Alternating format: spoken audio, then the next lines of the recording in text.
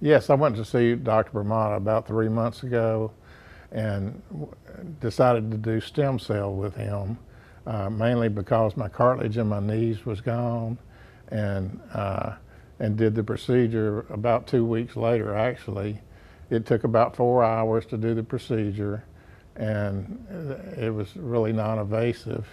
And I think it's really helped me a lot. It's helped a lot with the pain, and I know I'm building cartilage back in my knees, so that really, because it doesn't hurt as bad anymore. It's helped me. I've been able to get back in the gym and start working out. I'm working out at Rhodes Fitness Center with a trainer, and it's really helped me get my mobility back that I didn't have before, because I don't hurt as bad. An amazing story from Ronnie and the great relief that he got from that. Dr. Brahmata, how are you? It's good to see you again. Thank you very much. Tell us about the procedure when Ronnie came in to get some relief from the pain. Well, when I first saw Ronnie, he had already been sold on this because his dog had it. Okay, his dog, which had been crippled before having stem cells for his hips. And apparently a vet had given him the stem cells, and he was a different dog. So when he went to see his orthopedist, and he'd had his joints, hip joints and knee joints really in bad shape, being overweight about, I'm not going to say his weight. We won't go that far. So anyway, so those knees were actually getting punished every day. Mm-hmm. So eventually his orthopedist referred him to me, and we sat there and we chatted about the options, and he didn't really like the options of having more hip replacements, hip replacements, knee surgeries, and so on. And he wanted to go along this route, which obviously is much milder and there is no downside whatsoever. Okay. If the worst comes to the worst and you don't benefit, you don't lose. You don't lose because there are no complications whatsoever. That's good. Because they are your own cells being taken from you the same morning, given back to you the same morning, without culturing, without doing anything to them, without processing them in any way. So they are your own cells. Okay. So the way we did this, then we agreed upon the surgery, and he came over, and under local anesthesia, he was still very chatty. We were talking about politics and all sorts of things.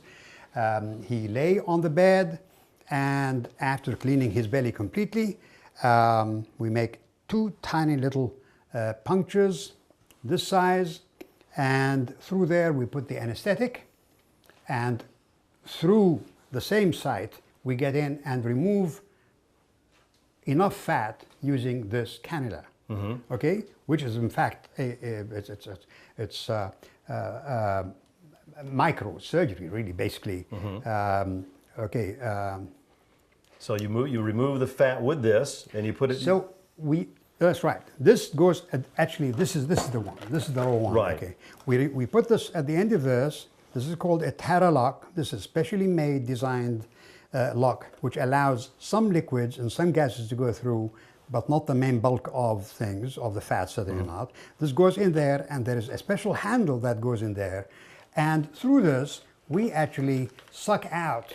We do basically liposuction, mini liposuction, and we remove about 2 syringefuls. Okay. Like this. Now each syringeful is about 2 ounces, so about 4 ounces in a really big person is nothing.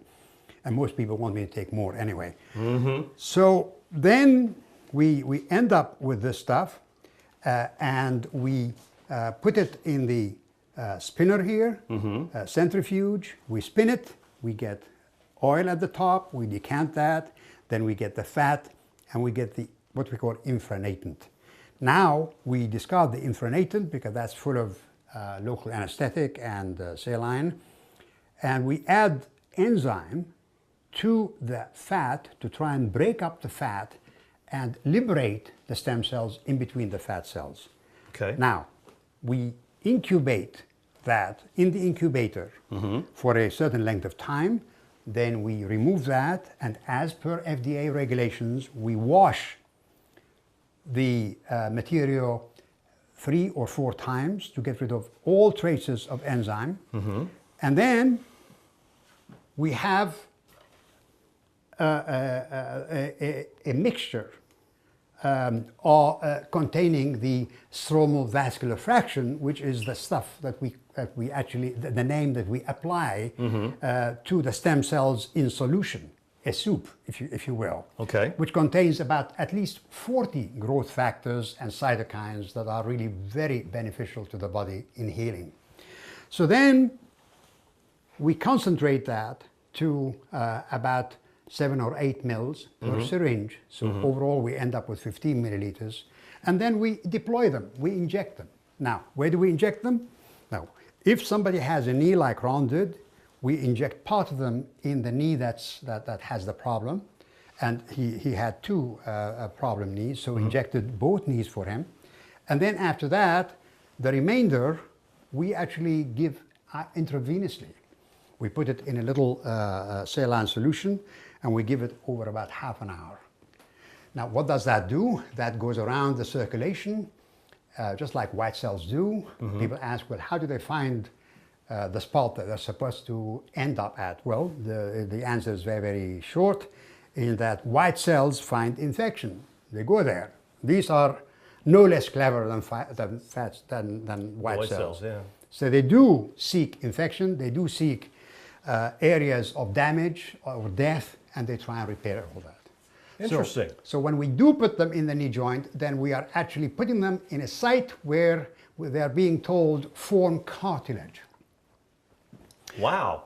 Now, in addition to all that, we use PRP, platelet-rich plasma, which we mix with the platelets, which we mix with the stem cells, and we inject also into the knee joint. Now that has a dual kind of effect, because as it goes in, after a little while, it becomes like a gel. It actually acts as a matrix and holds the stem cells in the right place to try and help them to generate that cartilage. And help it repair. Absolutely, absolutely. That's amazing. Right. Dr. Barmada, thank you so much for your time and for such great educational piece. If you have a knee joint problems or whatever, or just call the number on your screen, set up an appointment to come in and get a consultation with Dr. Barmada here in Ocean Springs.